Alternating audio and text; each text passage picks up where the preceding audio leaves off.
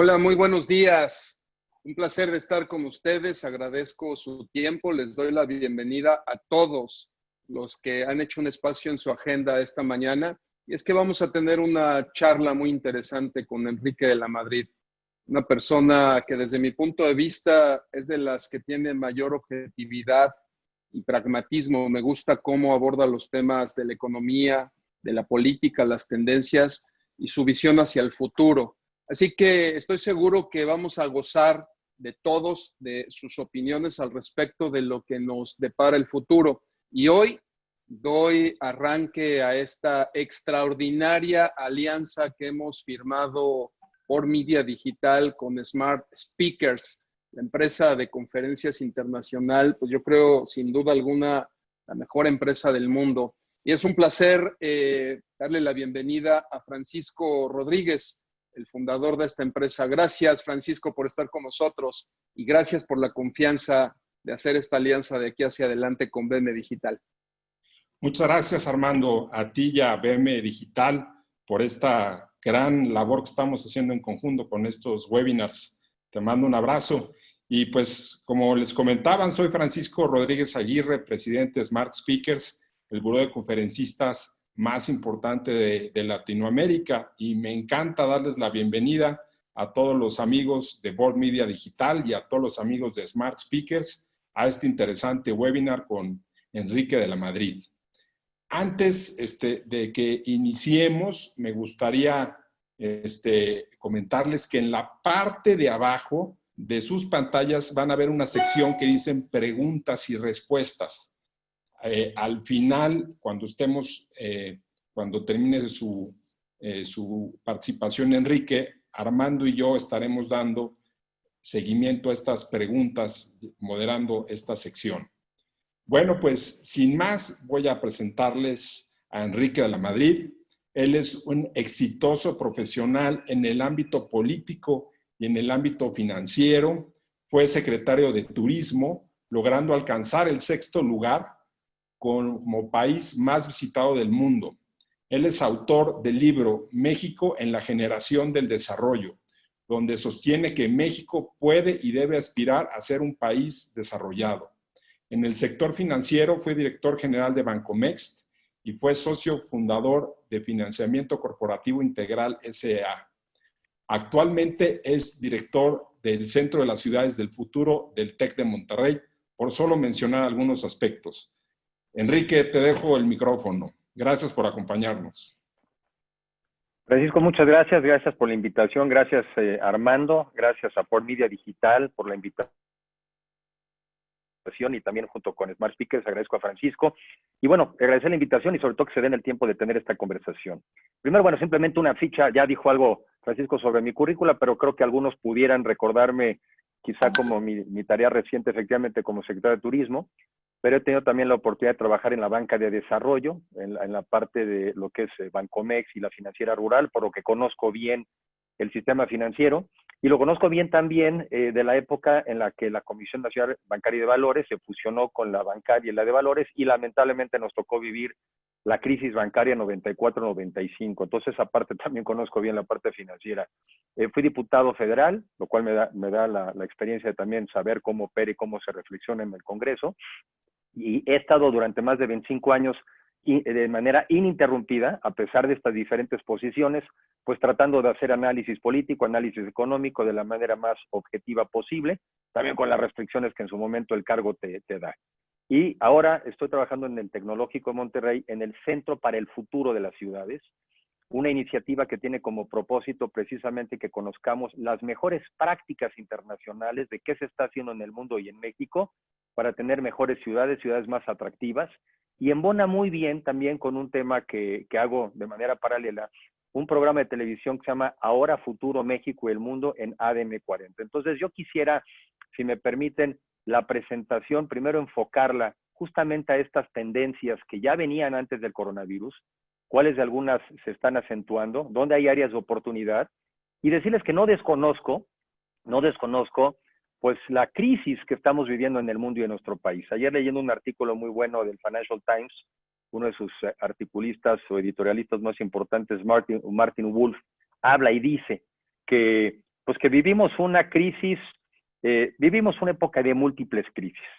Dice, decepción económica, problemas de legitimidad de la democracia, crisis de las relaciones internacionales, nada más pensemos en China y Estados Unidos, crisis de gobernanza. Entonces, no desconozco en el ambiente en donde nos movemos, pero ahorita he optado por hablar de esta parte de la perspectiva, y con mucho gusto en la parte de preguntas y respuestas podemos abonar, ya sea sobre los temas de la presentación o los que ustedes quieran, de los que tengan dudas. Entonces, si me permiten, arrancamos con la presentación que aquí tengo, que aquí estamos ya. A ver, hay una frase que no sé de quién es, pero me gustó mucho, de que decimos que no vivimos solamente en una época de muchos cambios, sino realmente vivimos en un cambio de época. Y ya dijimos aquí, estamos en crisis en todo. Se está cuestionando la democracia, se está cuestionando el modelo económico, se están cuestionando los métodos tradicionales de la educación, se está cuestionando ahora nuestros sistemas de salud. Entonces vivimos en un cambio de época, además, por las innovaciones tecnológicas, que son las que normalmente liderean los cambios después que tiene una economía. Y aquí yo creo que no hay nada más evidente que cuando vemos el tamaño de las empresas de la nueva economía, de la economía digital, y lo contrastamos contra el tamaño de la economía tradicional. Microsoft, ¿no? Bueno, por cierto, tienen el tamaño, el valor de mercado por arriba del PIB de un año de México.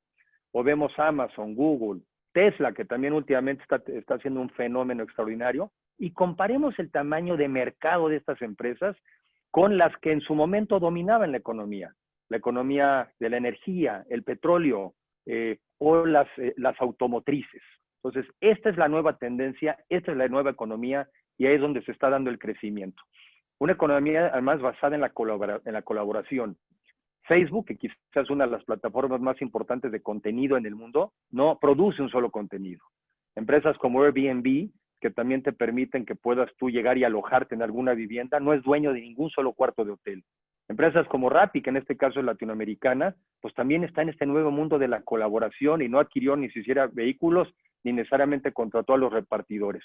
Entonces están creciendo de manera exponencial, sobre todo a partir del desarrollo del Internet, que es lo que te permite que hoy en día puedas recopilar, almacenar, procesar, enviar y analizar información cada vez de manera más rápida, más segura y más barata.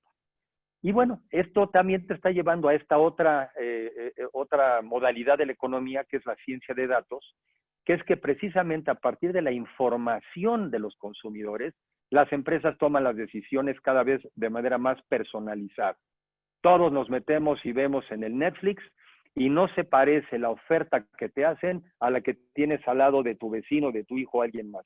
Están personalizando la oferta. Lo mismo pasa con los libros, lo mismo pasa con tantas cosas. En la medida en que conocen nuestras preferencias, en esa medida también estos negocios van evolucionando. Ya venían ciertas tendencias. Esto ya estaba ocurriendo sin duda en el mundo, y por eso ya estábamos en este cambio de época. Y sin embargo viene esta crisis sanitaria, pues que es un fenómeno internacional, lo cual también nos recuerda que estamos insertos en el mundo, que no podemos obviarlo. Y de acuerdo a Microsoft, los avances digitales que ellos tenían esperados para los próximos 2 años están ocurriendo en los últimos 2 meses. O sea que si ya estábamos en una economía exponencial, la velocidad... Quiero platicar con ustedes. Teletrabajo, por ejemplo. El trabajo remoto en los Estados Unidos había crecido cerca de 160% en el periodo 2005-2017. Sin embargo, esto se ha acelerado de manera extraordinaria.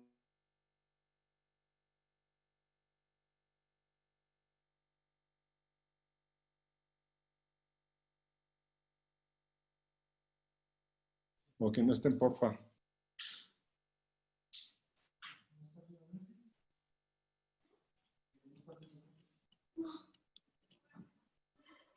No, pero allá en...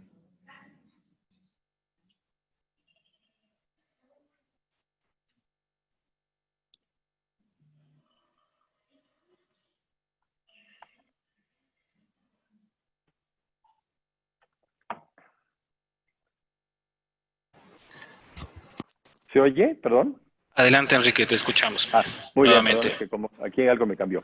Entonces, Este crecimiento es verdaderamente espectacular y dicen 86% de los padres que probaron el teletrabajo ahora prefieren trabajar de manera flexible en comparación con el 46% que lo hacían. O sea, claramente el teletrabajo es una tendencia que ya llegó para quedarse y es algo que sin duda va a seguir desarrollándose en los próximos meses. Siguiente, después de la de trabajo. Siguiente, por favor.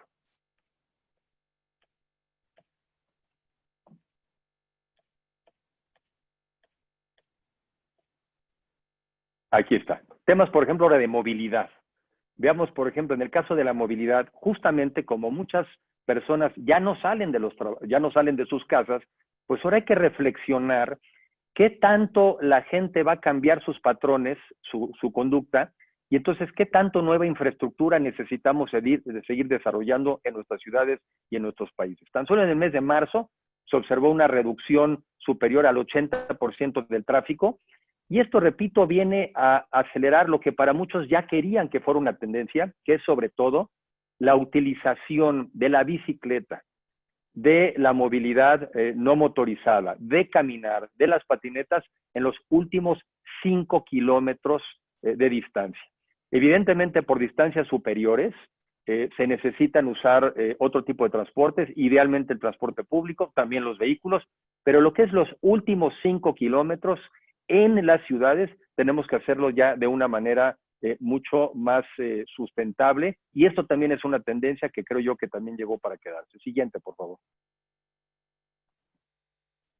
Entonces, veamos lo que ya, por ejemplo, yo estuve recientemente visitando una ciudad, la ciudad de Copenhague, una ciudad que quizás hace 15 años no es lo que ves hoy, era una ciudad como muchas de las nuestras, congestionada, con contaminación, con problemas de movilidad, y sin embargo tomaron la decisión de hacer una enorme diferencia, y hoy tienes en una ciudad como esa, tienes 2 carriles confinados para bicicletas, un carril para transporte público y peatonal primero, bicicletas, transporte público y después lo que queda para los vehículos.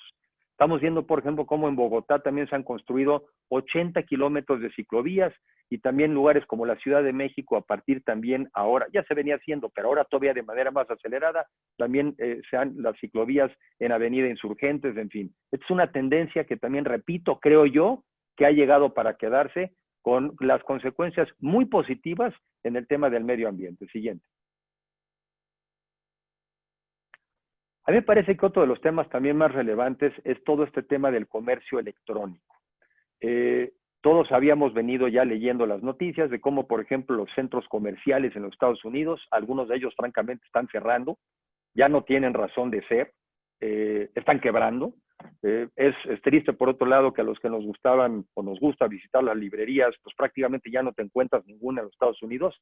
Afortunadamente no es el caso todavía en México o en otros países, pero lo que sí es una tendencia es el comercio electrónico. Y ahora con el confinamiento, pues prácticamente no había otra alternativa. Yo creo que las personas salimos a los supermercados a abastecernos de alimentos, pero el resto de nuestras compras la estamos haciendo a través de lo que es propiamente el comercio electrónico. Ya vemos las tasas de crecimiento extraordinarias. A mí me parece que esto debe ir atado a otro tema, que es el tema de la banca digital, el que todos los ciudadanos deberíamos de estar digitalizados. Yo creo que prácticamente, salvo algunas áreas del país que todavía falta que tengan cobertura del Internet, no encuentro ningún otro argumento para no estar digitalizado que a veces el deseo de elevación fiscal.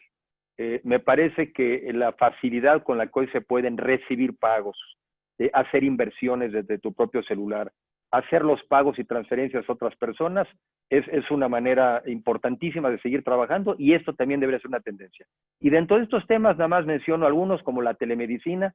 En este programa que les digo de Ahora Futuro México y el Mundo, hay una plataforma que se llama doc.com, que te hace consultas gratuitas, hasta un cierto número de consultas gratuitas, tanto para la parte medicinal como para la parte psicológica, porque también cada vez más en el mundo, y ahora todavía más, la gente requiere de asistencia psicológica, de una conversación, de una orientación, como lo hace para pedir simplemente cualquier otro tipo de consulta. Siguiente.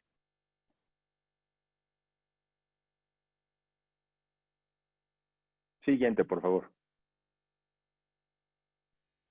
Bueno, aquí ya me había adelantado algo con el tema de los pagos electrónicos, pero ya también una tendencia es que normalmente la banca tradicional, aunque ha mejorado mucho, pero muchas veces la banca tradicional también te pedía ciertos requisitos mínimos o montos mínimos para abrir una cuenta, te pedía también ciertos montos mínimos para una inversión de cierto tamaño, y luego al revés, si tú querías pedir también un financiamiento o lo quieres pedir, pues muchas veces hay que tener justamente historial de crédito para que te presten. Y ha venido surgiendo también a partir de la economía digital, a partir de las plataformas, han venido surgiendo esto que se le llama el fintech, que permite pues que ahora las personas podamos desde solicitar créditos sin tener necesariamente un historial crediticio relevante, hasta poder hacer inversiones colectivas para poder invertir en negocios de una manera mucho más rápida. Esto me parece que además le genera a la banca una competencia muy sana para que la propia banca también se acelere y también haga las inversiones correspondientes, como me consta que muchos de los bancos en nuestro país y en el mundo también ya lo han estado haciendo. Y bueno, pues repito, yo en lo personal, que era también la típica persona de andar teniendo que firmar cheques, hoy todos los pagos, todos los recibos, todo lo que hago, lo hago a través precisamente de la banca digital y de este tipo de plataformas. Siguiente. A ver, yo creo una de las áreas, sin duda una de las áreas más retadas y que va a ser más retadas en los siguientes años es el tema de la educación. Primero, porque en la economía del conocimiento lo más relevante es el conocimiento, pero que este conocimiento sea oportuno, que este conocimiento sea pertinente para las necesidades de un mundo que cambia tanto. Entonces ya no es muy consistente un modelo educativo tradicional, casi industrial, casi como si estuviéramos produciendo un coche, en donde tienes que estar 6 años en la primaria, 3 en la secundaria, 3 en la preparatoria, 4 de carrera, porque los conocimientos evolucionan a tal velocidad que lo que aprendimos hace 4 años probablemente hoy sea absolutamente obsoleto. En una de estas entrevistas del programa que les decía, Baltasar, que trabaja en IBM, me decía: Enrique, yo trabajo con la tecnología de los últimos 6 meses, por lo que poco me importa lo que yo aprendí en una carrera hace 4 años. También hoy existen plataformas como Google, que no te están solicitando ya la licenciatura para obtener un trabajo. Entonces, creo que la educación tiene que evolucionar y sin duda de una de ellas, una manera de hacerlo es precisamente la educación en línea. Esta ha venido creciendo de una manera también espectacular en los últimos meses. Veamos, por ejemplo, cómo una plataforma en línea, Vedantu, tenía 90,000 estudiantes en diciembre y estima que llegarán al 1,000,000 en el mes de julio. Y luego, bueno, tenemos experiencias como la del Tecnológico de Monterrey, que además hay que reconocer que en el caso de la pandemia fue el primero que dijo: cierro las instalaciones y nos vamos a digital. Y precisamente incluso ahora para el periodo que iniciará en agosto, tiene una modalidad híbrida en donde tú puedes tener, con los cuidados del caso, puedes ir a tener las clases de manera presencial, la puedes tener mixta, algunas presenciales y otras en línea, o puedes optar simplemente porque todo lo hagas en línea. Me parece que vamos además a tener información pertinente para saber cuándo esta educación en línea es la mejor opción y cuándo no lo es. A mí me da la impresión de que para los niños, para las personas menores de edad, es un reto enorme, es una carga también enorme para las propias familias. No es fácil estar atento tantas horas conectado a una computadora, pero las personas que ya tienen otra edad, otro nivel de responsabilidad, profesionales que quieren sacar una carrera, profesionales que quieren sacar una maestría, que no se tienen que desplazar de un lugar a otro. Yo conozco personas que hoy en día están terminando una maestría y que la están realizando en España, haciéndolo desde México por la vía digital. Siguiente. A ver, este tema de la vivienda, que también es muy relevante. En muchas de nuestras ciudades cometimos el enorme error de que para proveer vivienda más accesible, nos fuimos a donde el suelo fuera más barato. Entonces, se construyeron las viviendas muy lejos de los centros de las ciudades, en teoría para que fueran más accesibles, y lo que no hicimos, no nos dimos cuenta, no se dieron cuenta los que hacían políticas públicas, no se hablan muchas veces los que hacen viviendas con los que hacen la movilidad de las ciudades, y lo que te ahorraste en la vivienda lo perdiste en el transporte, en tiempo y en costo.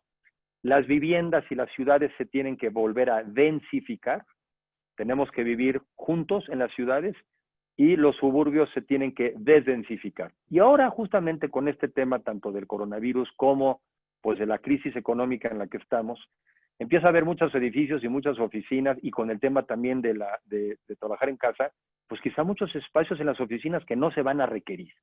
Y me parece que es la gran oportunidad para reflexionar y para hacer políticas públicas que nos permitan la reconversión de esos espacios de oficinas a vivienda o los usos mixtos, que es también otra de las tendencias en el mundo hoy en día.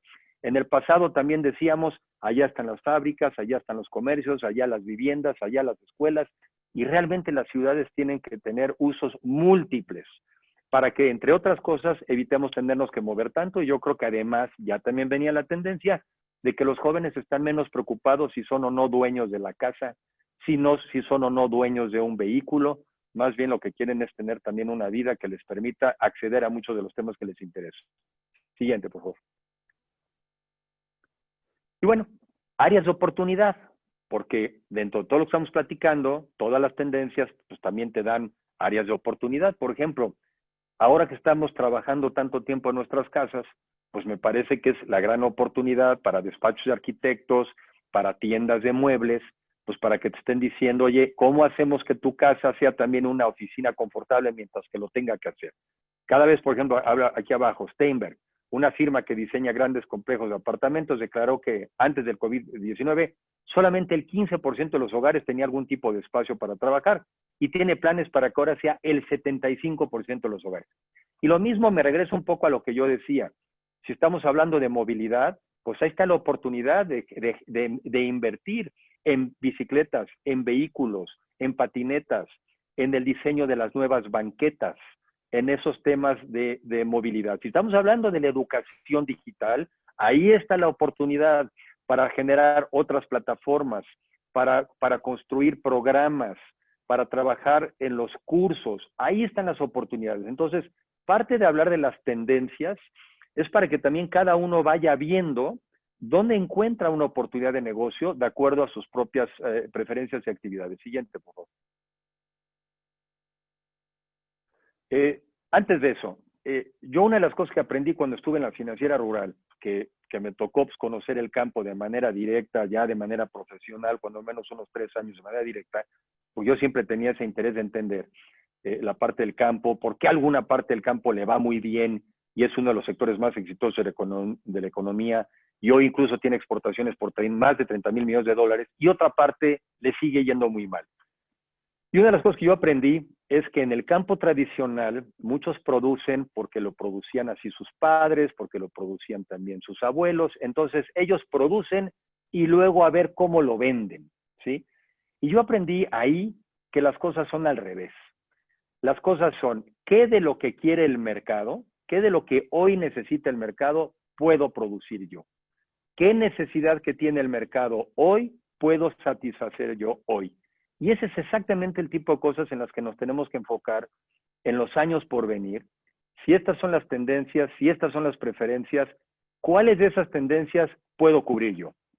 Y 2 comentarios adicionales para después pasar entonces a la parte de preguntas y respuestas. A mí me parece que en este cambio de época tenemos que tener actitudes diferentes, tanto las empresas como los ciudadanos. Siguientes.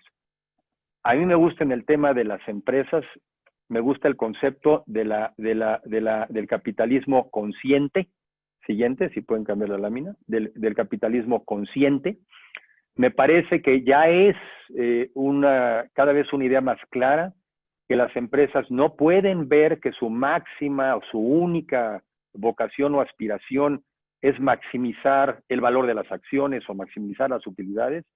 Yo creo que cada vez hay una idea más clara de que tenemos que maximizar el bienestar de los jugadores de la empresa, lo que en inglés le llaman los stakeholders, ¿no? Por ejemplo, me debe de importar tanto ganar bien como que mis proveedores estén bien conmigo, que yo los desarrolle, porque eso me da estabilidad en mi proveeduría, que les pague yo a tiempo. Me debe de preocupar que mis clientes obtengan el mejor producto posible al precio más bajo posible. Me debe preocupar que a mis empleados no les pague yo el salario mínimo, sino el salario máximo que aguanta mi empresa para que ellos también estén bien. Entonces, esta es una tendencia que ya traía rumbo, pero que ahora estoy seguro que se va a acelerar y que me gustaría que en México, hacia adelante, la manera como compitieran también las empresas es que son las empresas que generan el mayor bienestar para el conjunto. Y en la siguiente reflexión, en la siguiente, es que también qué nos toca a nosotros como ciudadanos. Y leyendo ayer un artículo, decía, del Financial Times, de este Martin Wolf, me gustaba esta frase que decía algo así: en la democracia no solamente somos consumidores, que todos somos, o trabajadores, o empresarios, o inversionistas. Lo que sí somos todos y debemos de ser todos es ser ciudadanos. Eso es, yo creo que mucho de lo que a nosotros nos ha faltado en general.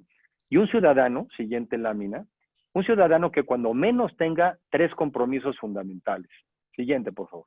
Una es que tenga una lealtad con la democracia, ¿sí? Como decía Churchill, es bastante mal sistema, con la única diferencia de que todos los demás son bastante peores.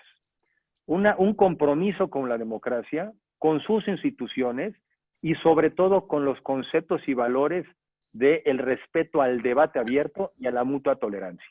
O sea, cero polarización, cero no discutir.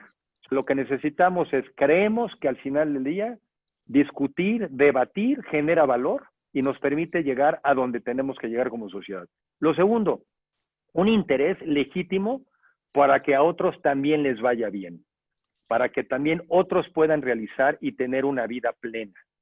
Y la tercera, ¿cómo contribuimos todos? Precisamente para que tengamos una economía que crezca, sí que crezca, que sea próspera, pero sobre todo que también sea incluyente. Y a mí me parece que para lograr esto, creo que son 3 los valores, siguiente, que tenemos que fortalecer en los años por venir, que es la empatía, el ponernos en los zapatos de otro, sentir lo que otro siente y actuar en consecuencia. La solidaridad, que es el apoyo, la ayuda para que otros tengan condiciones favorables que les permita florecer. Y la corresponsabilidad. No somos solamente responsables de nuestra vida y de nuestro devenir y de nuestra familia y de nuestras empresas. Somos corresponsables de la vida de los demás. Me parece que en este mundo nuevo, pero en este mundo también de la pandemia, nos ha evidenciado que todos somos codependientes y que nuestra salud, en el buen sentido de la palabra, y que nuestra salud también depende de la salud de los demás. En fin, aquí dejo estas reflexiones. Agradezco otra vez la oportunidad de la invitación y con mucho gusto para pasar ahora a esta etapa de preguntas y respuestas. Mil gracias, Enrique, por esta interesante conferencia.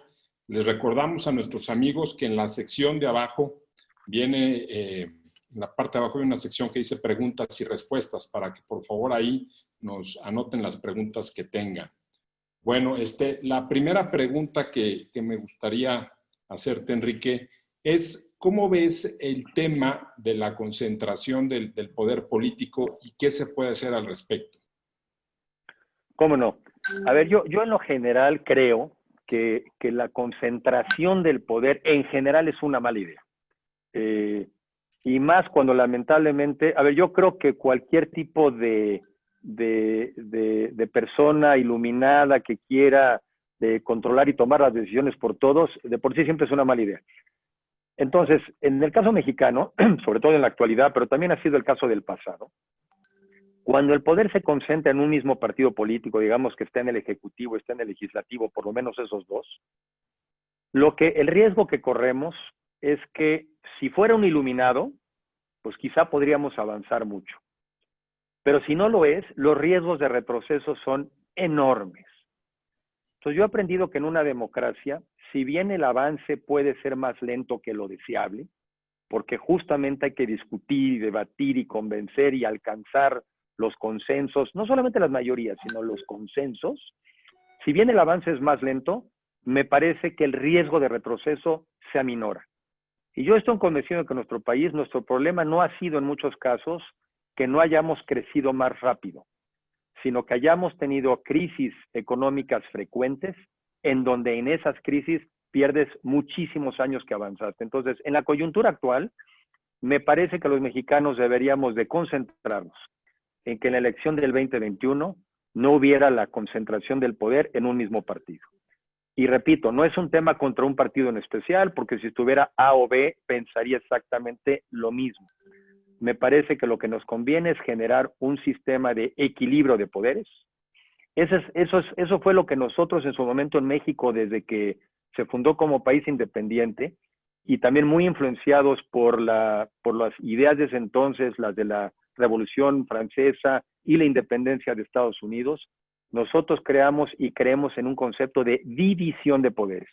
Y me parece que esa debe ser la prioridad, y en eso debemos de trabajar los mexicanos para que no se concentre el poder en beneficio del debate, del respeto y de las mejores decisiones. Muchas gracias, Enrique. Armando. Enrique, quisiera preguntarte algo a nivel de muchos empresarios que traemos la duda. A ver, las tendencias que tú has mencionado, sin lugar a dudas, son las tendencias que van a llegar para el presente, ya no para el futuro. Pero, ¿cuál es tu opinión? Imagina una empresa que tiene 100 puntos de venta, que vende calzados o es un restaurante. ¿Deberían ya de empezar a hacer esta transición hacia el mundo digital a gran velocidad?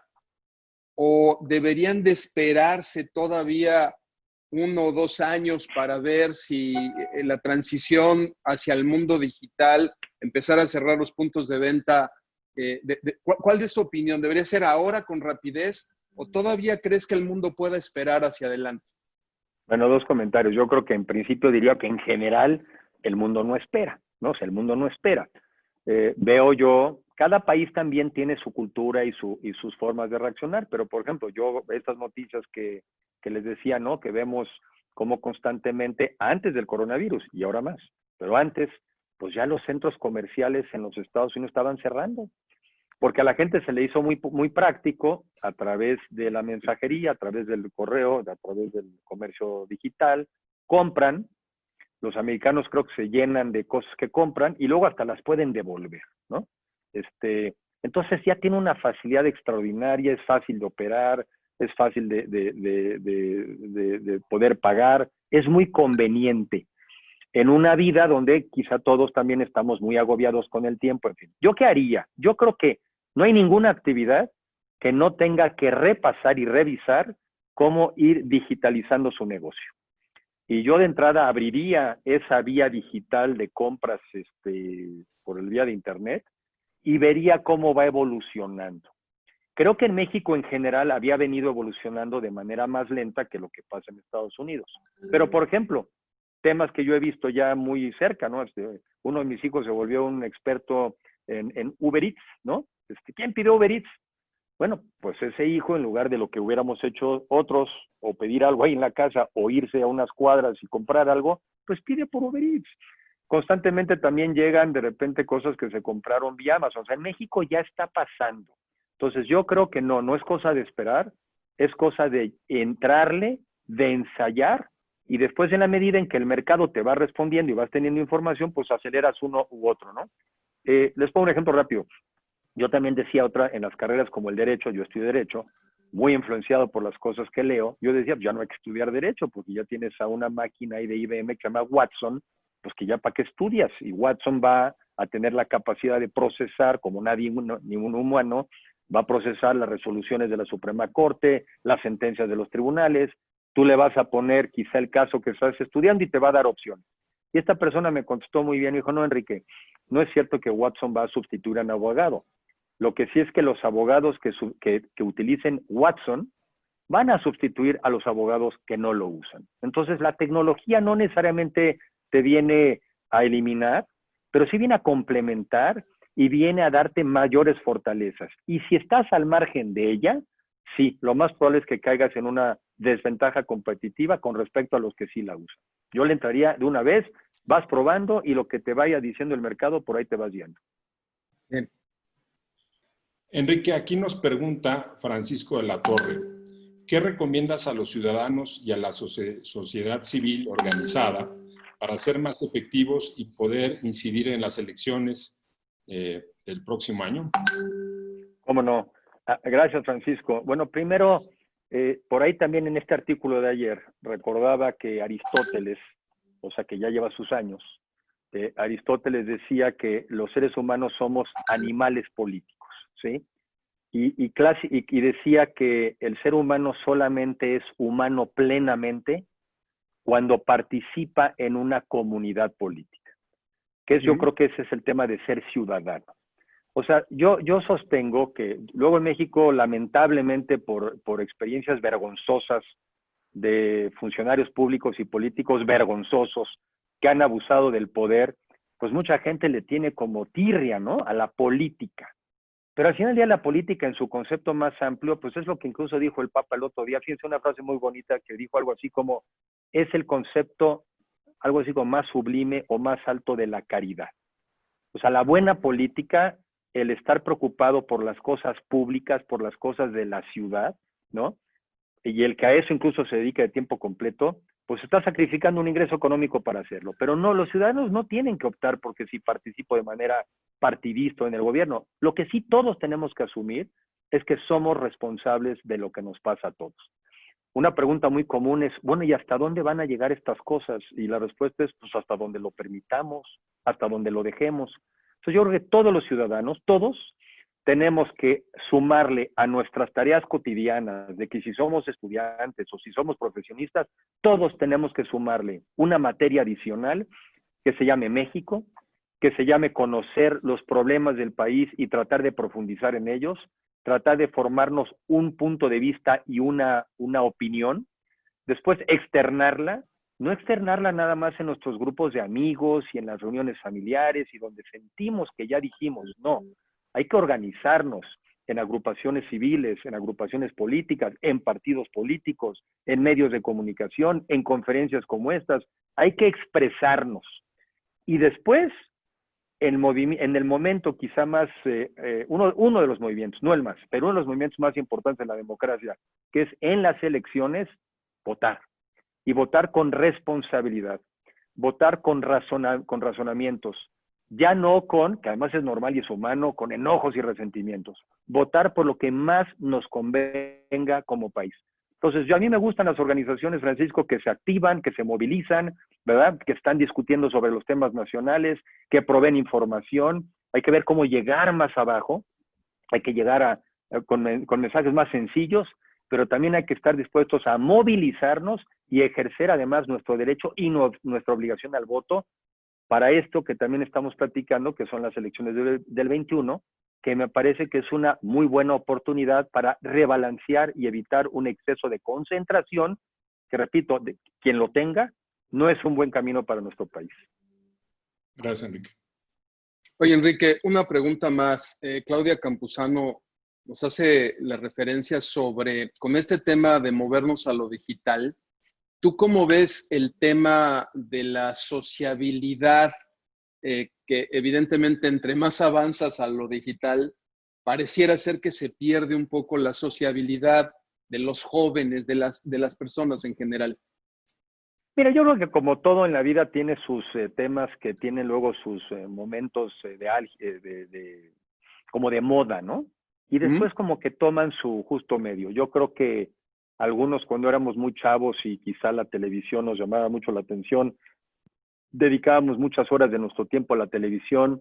Y yo francamente hoy es un tema que pues que no le dedico ya tanto tiempo. Me gustan hoy las series, le dedico un tiempo, pero no estoy exagerado, como pareciera que hoy muchos jóvenes están en las redes sociales y todo el día están metidos incluso en las familias, no es ridículo, estamos sentados en una mesa y todo el mundo tiene su celular prendido, hablando con quién, cuando podría estar hablando con el de al lado.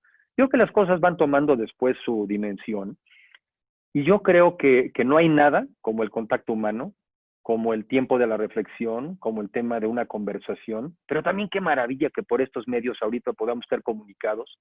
Cuando si esto nos hubiera pasado hace 100 años, pues hubiéramos estado encerrados en nuestras casas y ni por este medio nos hubiéramos podido comunicar. Yo tengo la suerte de a través de estos medios a veces de tener reuniones con 1000 personas, 1000. ¿Cómo hubiera yo juntado 1000? ¿No?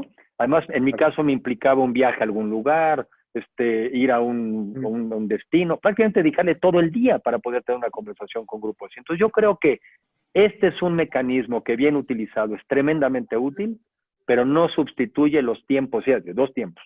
No sustituye los tiempos de socializar con otros, ni sustituye los tiempos de la soledad, de la reflexión personal. también hay que estar con uno mismo. También hay que reflexionar y darse el tiempo de pensar lo que está ocurriendo. Entonces yo creo que es un gran complemento. Espero que después tome su justo medio. Extraordinario.